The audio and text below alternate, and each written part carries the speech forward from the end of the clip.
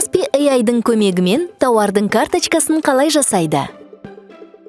Каспи Pay қосымшасында Каспи KZ-тегі магазинді ашып, тауарлар қосымша бетіне өтіңіз.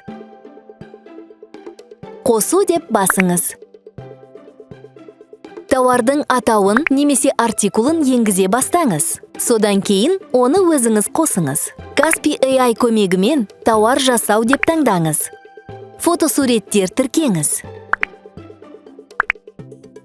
Карточка дәлірек толтырылуы үшін қосымша басқа дүкендегі тауарға сілтемені көрсетуіңізге және сипаттамасы жазылған файлды тіркеуіңізге болады.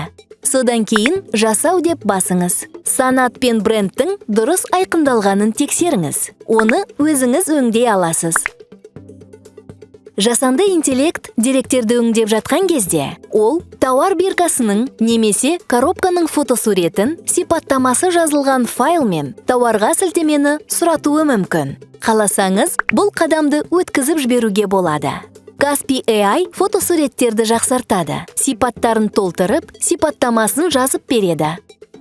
Оларды 3 ретке дейін қайта генерациялауға немесе қолмен өңдеуге болады. Бағаны және қоймада қалған тауар санын көрсетіңіз. Барлық жол толтырылғаннан кейін, тауар карточкасының клиенттерге қалай көрінетінін тексеріңіз. Ол үшін алдын ала көру деп, содан кейін сатылымға шығару деп басыңыз. Дайын. Тауар тексерілгеннен кейін, Каспи KZ-тегі магазинде пайда болады. Осылайша, Каспи AI-дың көмегімен тауарды сатуға шығару оңай әрі жеңіл.